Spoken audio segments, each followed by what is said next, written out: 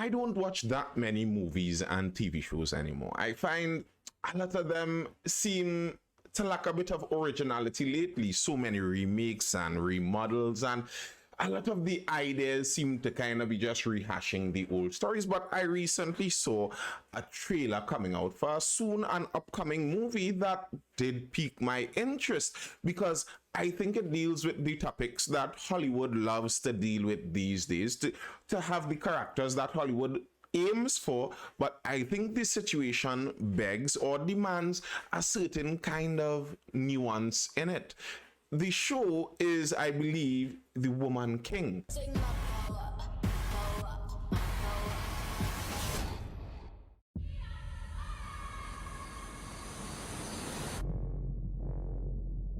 An evil is coming that threatens our kingdom, our freedom. But we have a weapon. And you could go watch out the trailer, but the story follows the female warriors, the women warriors of the Dahomey kingdom. And the Dahomey kingdom was a major African kingdom in West Africa during the 16, 17, 1800s thereabouts.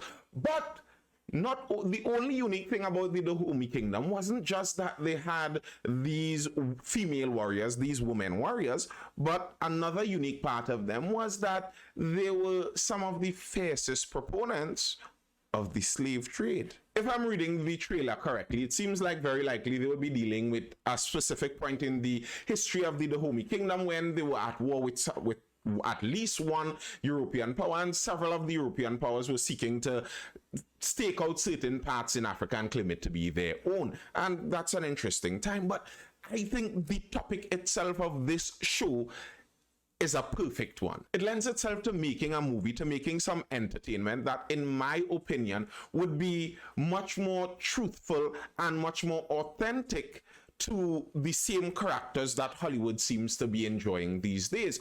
If you're familiar with Hollywood and the more progressive, as they call it, woke side of the world right now and entertainment, there's a lot of focus on previously oppressed groups, women, people of color, black people, etc., etc. But one of the problems I found when looking at how many in entertainment deal with these topics of oppressed groups, etc., there's a kind of prejudice. In racism, they call it the racism of the noble savage. It's a trope you see in many shows where the savage, the oppressed person, the native, they're always noble. Their cause is always good. If they do something bad, it's always because of some other action that someone else took, or probably a mistake. They don't take any wrong actions on purpose. And that's racist. I think that's racist, or at least prejudice if it's not dealing with race, where you assume, as it were, that black people do not have agency. They can only do bad things when it's triggered by the white person. And similarly, women cannot do bad things. The only bad thing a woman does has to do with something that a man did in the first place. So yes, this woman may have done this whole long list of evil things, but no, it's because of a man somewhere along the line. And I think that is actually prejudice. And in terms of races, it's racist. It's belittling whichever group you're aiming that kind of attention at, making it seem like they're not wise enough, they're not intelligent enough, they're not powerful enough, they don't have the agency to be capable of being evil. You see, being evil requires a person to be able to make that choice on their own, and these poor people, they don't have that capability. I disregard that. But let's get into why I think this might be the perfect story for this kind of storytelling that I'd like. Before we do that, as usual, hit that like button if you like the video, drop a comment on this. Tell me if you like the movie review version of Mindful, and make sure you're subscribed if you're not yet subscribed. Share the video to people who might like this kind of video. Interesting topic to talk about, dealing with racism, with slavery, with history, with the gender difficulties and interactions too. So share it to people who might like this kind of content. Now, As I was saying, this movie seems to be dealing with the Dahomey women warriors, and that's a unique group of people in history. But as glorious as it seems, because we know the tropes, we know the common assumptions that they may be trying to fight here, where women are seen as less than and women cannot fight as well as men, etc. So this seems to rebuff such tropes so well. But the history of the women warriors isn't as simple and straightforward as one might seem. Let's dive into that history, and we're going now to the Smithsonian Magazine to get a little quick run through of where these Dahomey women warriors came from and see how a nuanced story could be told about this. Dahomey's Women Warriors, an article from September 2011. And it starts off telling a story about a priest, a missionary, who was with the Dahomey kingdom and an encounter he had. And this is something I think we should take a note of in whenever we're thinking about history and whenever we're talking about history. Yes, history is written by the victors, and if we're looking at news in present day and you see so much fake news and so much false stories, you could imagine for history. But although that may be true and many accounts of history may not necessarily be reliable, that doesn't dispel the reality that, especially when you're talking about history within the last 400 or so years, there are many accounts of it. There were many people back then writing, taking notes, telling people who would then write it down. And there are many accounts saved of things that occurred back then. The history back then isn't all blank and everyone is guessing about what they're talking about. So he was there and he witnessed an encounter. He spoke about an encounter he witnessed there. It was a military procession, a military parade, if you will, a military exhibition showing off the strength and prowess of the elite fighting force inside of the Dahomey. One of the kings of the Dahomey was showing this to the missionary. And one of the most unique things about them was they were all women, including the general. The Dahomey come from an area in present-day Benin, and they were on that slave trade coast, very popular with slave trade.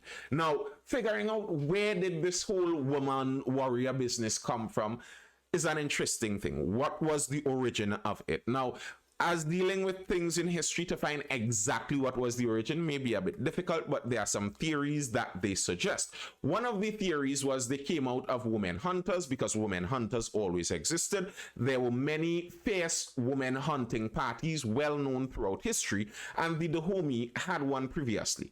And the theory is part of it would have come from these female hunters. Then the next part of it, the next side to this theory, has to do with the fact that only women were allowed inside of the royal palace.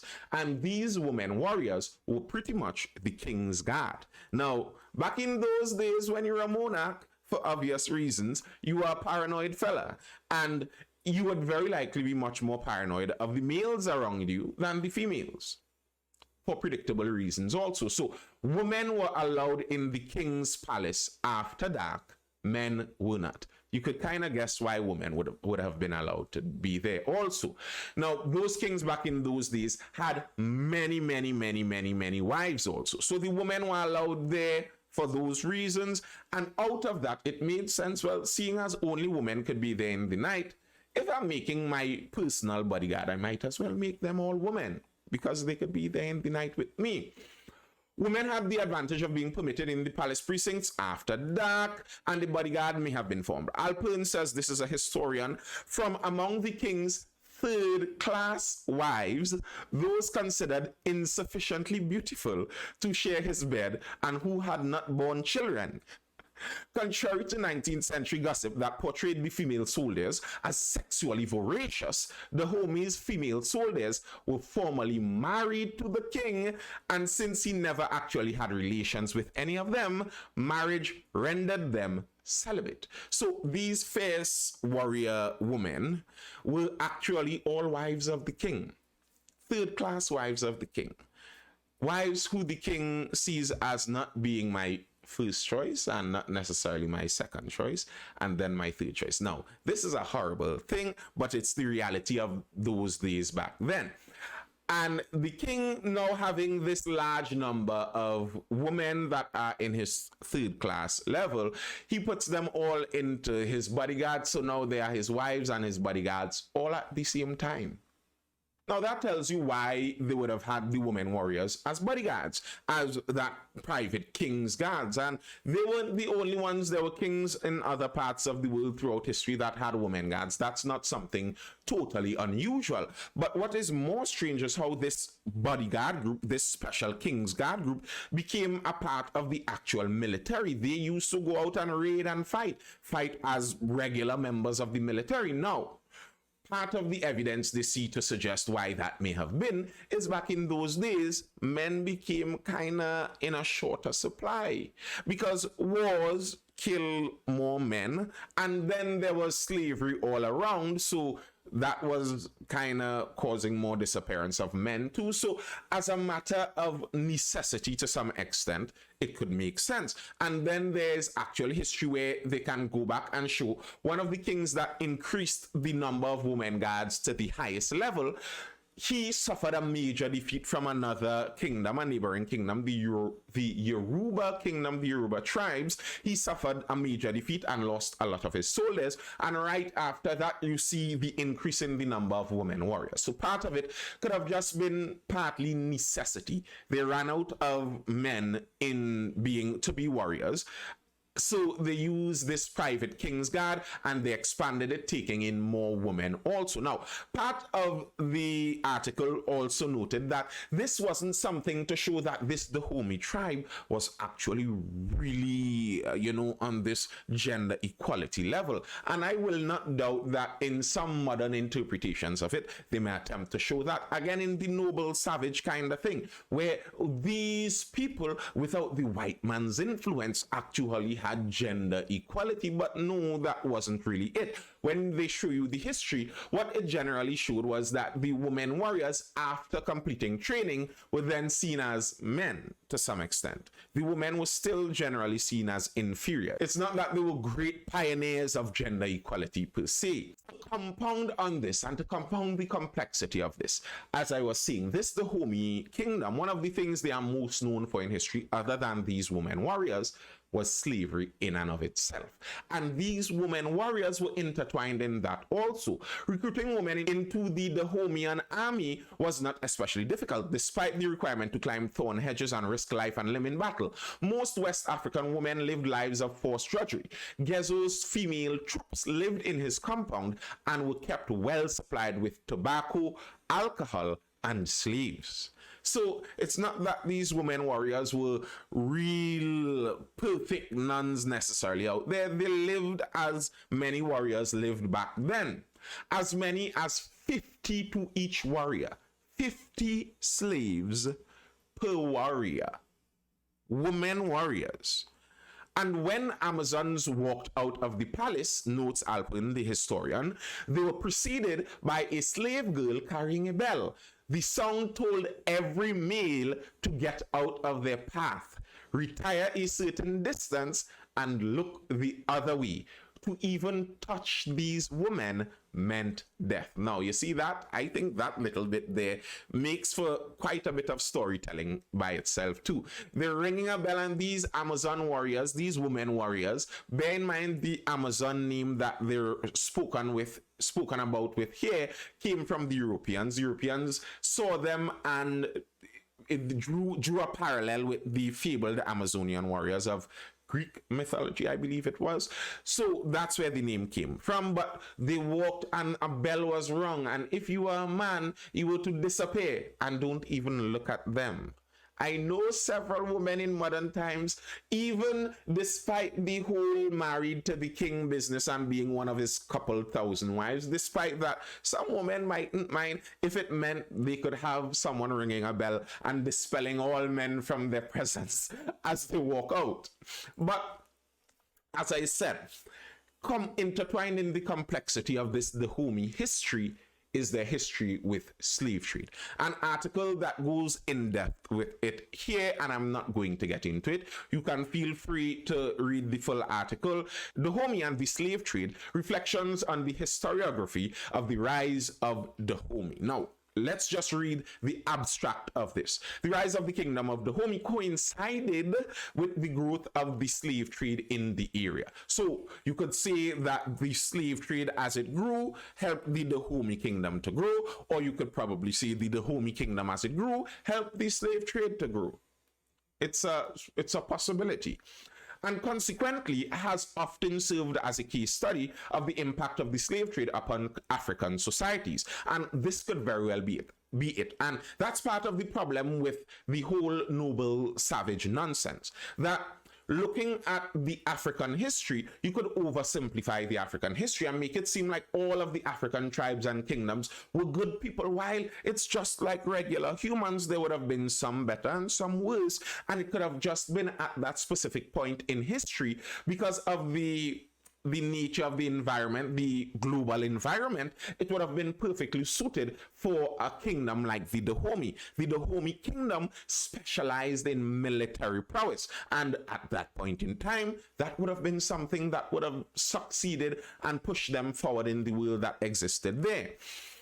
The article reviews the historiography of the rise of Dahomey in an attempt to clarify the relationship between the nature of the Dahomeyan state and its participation in the slave trade. It considers and refutes the view that the rulers of Dahomey had originally intended to bring the slave trade to an end. And this is one of the views that I've seen reading up about the Dahomey all around. This is one of the views you see so often. Many of the people more sympathetic to the African cause and African history like to suggest that the Dahomey are misunderstood and it's Europeans giving false history of Africans, making the Africans out to be worse than they actually were. And they actually were trying to end the slave trade, and they were doing all of these complicated four-dimensional chess moves to try and end the slave trade while being oppressed by the Europeans. But history seems to obviously dispel that. And I saw a pretty concise shortlist of some of the scary things reported from the Dahomey kingdom, and this came from a source that may be more reliable or could be seen as more reliable, an African magazine that has interest in putting forward a more pro-African image, and even they went through to admit some of these acts. From Face to Face Africa, a look at Dahomey's gory history of human sacrifices on a large scale. Dahomey was once known as the slave coast, where human sacrifices were done on a large scale. Dapper refers to the killings of concubines and servants at royal funerals in Alada, that's their main city, and later accounts of wider record, that's another city, the sacrifice of wives and slaves at royal funerals. There also, as well as the practice of substitutionary sacrifice, the killing of a man to preserve the king when ill. So when the king is sick, know for sure that some slaves are going to lose their lives. An English trader in 1727 allegedly witnessed the massacre, and he said 4,000. They said here 400 because they believe he made an error, but he said 4,000 war captives in a Dahomeyan ceremony, and it was a well-known thing. They had yearly mass sacrifices. 4,000, and usually these were slaves. The slaves that they sold to the slave traders, the ones that weren't sold were kept, and often they were kept standing in marshes, standing in swampland, just waiting and chained there, waiting until their time to be sacrificed. The death of a royal was an excuse to kill more humans as part of their customs. It is reported that the funeral ceremonies of King Kapengla, who died in 1789, involved over a period of 2 years the killing of some 1,500 persons. Many of them were captives. A temple in Dahomey has a tomb where a king was buried with his wives. The king was known to have about 200 wives, and custom demands the king to be buried with his wives. When he died, 41 women were killed to join him in the afterlife, a practice they believed in. And sometimes you hear some people talking about King Henry and the amount of women that he beheaded, his wives that he killed. 41 of his 200 wives were killed and buried along with him, not for doing anything, not because he wanted another wife, but because he died. Now you die too. Go on. And this isn't something where the Europeans tell a wicked history of them. There's archaeological evidence about these things. It can be seen. It can be dug up. The sites are there. The burial sites are there. In addition, there was a custom known as the annual customs or watering of the graves, where war slaves and criminals were killed to commemorate the death of the kings annually. The yearly celebration saw about 40 to 50 and as high as 200 to 300 people killed. According to an eyewitness account dating back to the 18th century, only about 100 or less people were killed. Historians, however, believe there was some done in the royal palace unknown to the public. So these people were really into this human killing business. It would be interesting to see in the Woman King if they would even signal any of this, because a lot of the Dahomeyan imagery had human skulls, because you would imagine if you were killing that many people, getting human corpses wasn't a difficult thing for you. You would have had an abundance of human skulls, and they used them to decorate regularly. I think that military prowess that it seems all accounts they were known for, they were legendary for, makes for very good entertainment. And I think it doesn't need the noble savage imagery and the noble savage storylines to make it entertaining. There are TV shows that go through the nuance of Mr. Adolf Hitler's life and explain his love life and his tragic upbringing, etc. And it doesn't deny the fact that in the end he was still a horrible person. And I think the same could be done when dealing with historically oppressed groups. And that is exactly the kind of opportunity that I think a movie like this presents. It gives the ability to show characters that may have been represented less in the past, women, black people, Africans, and still show them in the historical context as being complex beings, as being complex human beings, as having agency, as not just being a noble savage, but being able to see that they are good people and there are bad people among them. And even in the historical context, show some of the complexities of history. That's something, as I read a lot of history or read into some history, that's something that I've always noticed and that I find is something that should be focused on more when you're thinking of history.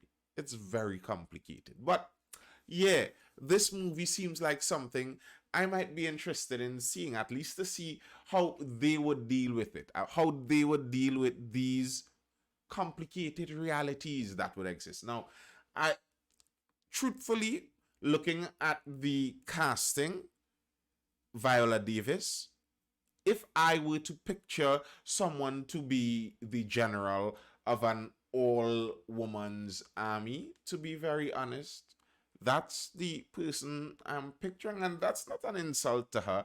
That's what you picture a full woman, someone who has lived for some time and has that physique that seems like they have some strength.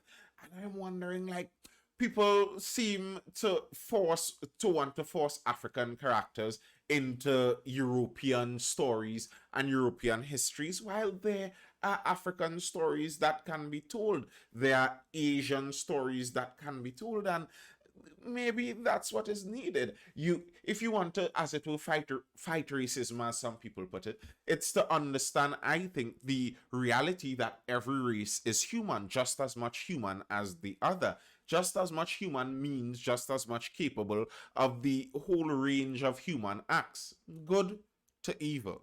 So, yeah, I'm interested in seeing The Woman King. Now, I wonder to why they named it The Woman King, because isn't The Woman King just the queen? Or who knows, there may be a good reason. Maybe in the language it was more translated as The Woman King or something. I don't know, but I may be looking to find out. Tell me what you think. Drop a comment, tell me what you think as usual. I hope you're educated, informed, or entertained. All three of those, I will see